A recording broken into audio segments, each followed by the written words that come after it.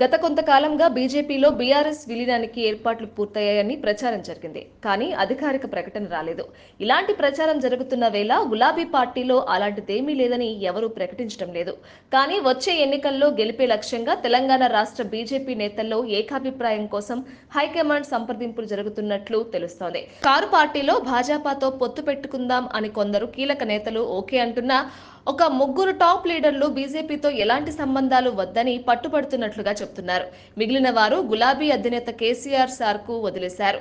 తెలంగాణలో ఇప్పుడున్న పరిస్థితుల్లో బీఆర్ఎస్ పార్టీతో విలీనం చేసుకున్నా, పొత్తులు పెట్టుకున్నా అది బీజేపీకి నష్టం చేస్తుందని బీజేపీలోని ముగ్గురు ఎంపీలు వాదిస్తున్నారట.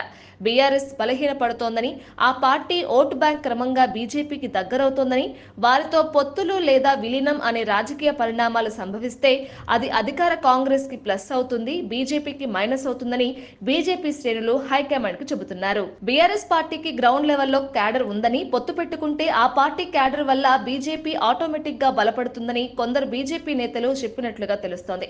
రెండు పార్టీలు విలీనం అయితే ఆ తర్వాత కాంగ్రెస్ పార్టీ ప్రభుత్వం సంగతి చూడవచ్చన్న ఆలోచనతో పార్టీ మారాలనుకుంటున్న కొంతమంది నేతల్ని బీఆర్ఎస్ నేతలు ఈ ప్రచారంతో ఆగుతున్నారు. విలీనం ఉండదని తేలితే మరికొంతమంది కాంగ్రెస్ గూటికి చేరిపోయే అవకాశం ఉంది. ఏదేమైనా బీజేపీతో బీఆర్ఎస్ పొత్తు పెట్టుకుంటే హస్తం పార్టీకి కాలం కలిసొస్తుందని సీఎం రేవంత్ అంచనా వేస్తున్నారు. మరిన్ని అప్డేట్స్ కోసం మా కాయ్ టీవీని సబ్స్క్రైబ్ చేసుకోండి. మా వీడియో కనుక మీకు నచ్చినట్లయితే లైక్ చేయండి, షేర్ చేయండి. మీ విలువైన అభిప్రాయాలను కామెంట్ బాక్స్లో తెలియజేయండి.